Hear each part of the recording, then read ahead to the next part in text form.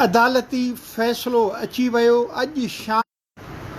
अॼु शाम शहीद इरफान लिगारी जी क़बर कुशाई कई वेंदी। दोस्तो, तव्हां सां वॾी ख़बर शेयर कंदो हलां त डिस्ट्रिक्ट एंड सेशन जज नौशेर फ़िरोज़ जनाब नदीम बदर काज़ी शहीद इरफान अली लिगारी जी भाउ शहीद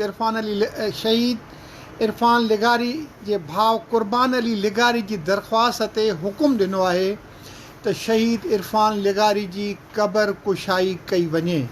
हुन SSP नौशेर फ़िरोज़ खे हुकुम कयो आहे त हिन कम जी निगरानी कई वञे ऐं हिन खे पुरअमन तरीक़े सां सर अंजाम ॾिनो वञे।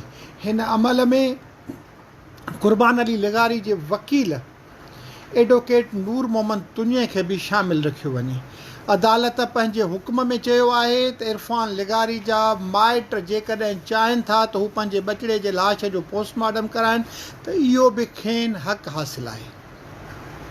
दोस्तो, तव्हां सां वॾी ख़बर इहा शेयर कयां त शहीद इरफान अली लिगारी जंहिंखे पुलिस पंहिंजी तहवील में जंहिंजे मैयत खे पुलिस पंहिंजी तहवील में वठी दफ़न कयो हुयो, जंहिंजे जनाज़े में संदसि कुटुंब जो को बि भाती शरीक न थियो हो, उन जे भाउ क़ुर्बान अली लिगारी अदालत जो दरवाज़ो खड़कायो। नूर मोहम्मद तुनियो संदसि वकील हुयो, जंहिंजी दरख़्वास्त ते अॼु नौशेर फ़िरोज़ जे डिस्ट्रिक्ट एंड सेशन जज जनाब नदीम बदर काज़ी फ़ैसिलो ॾिनो आहे त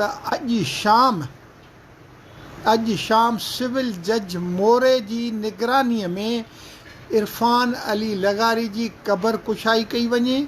इन सॼे अमल में क़ुर्बान लिगारीअ जे वकील खे नूर मोहम्मद तुनिया खे बि पाण सां गॾु रखियो वञे ऐं जेकॾहिं शहीद जा वारिस चाहिनि त हू पंहिंजे बचिड़े जी मैयत जो पोस्टमार्टम कराइनि त खेनि इहो हक़ बि ॾिनो वञे।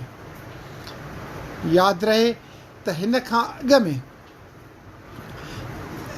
डॉक्टर कादिर मंगसी पंहिंजी तरक़ी पसंद पार्टी तरफ़ां ऐलान कयो हुयो त हू अरबा ते 40-50 हज़ार माण्हुनि सां गॾु वञी करे क़बर कुशाई करे मैयत खे कढी उनखे क़ौमी वक़ार सां वरी दफ़न कंदा, उनजो जनाज़ो थींदो, उनजे मैयत खे उनजा घर वारा ॾिसंदा।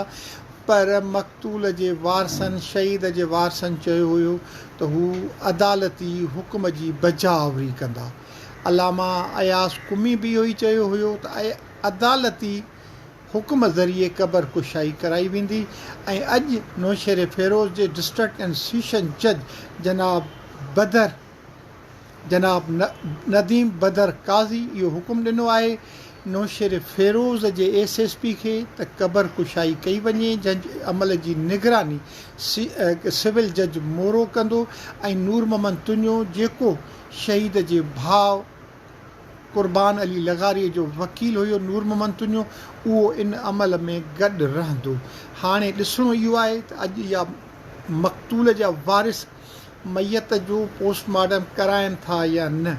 कवी इम्कान इहे आहिनि त मक़तूल जो पोस्टमार्टम करायो वेंदो, जंहिंखां पोइ जनाज़े निमाज़ वग़ैरह जो हिकिड़ो ऐलान कयो वेंदो, जंहिंमें तवक़ कई वञे थी त हज़ारनि जी तादाद में माण्हू शरीक थींदा।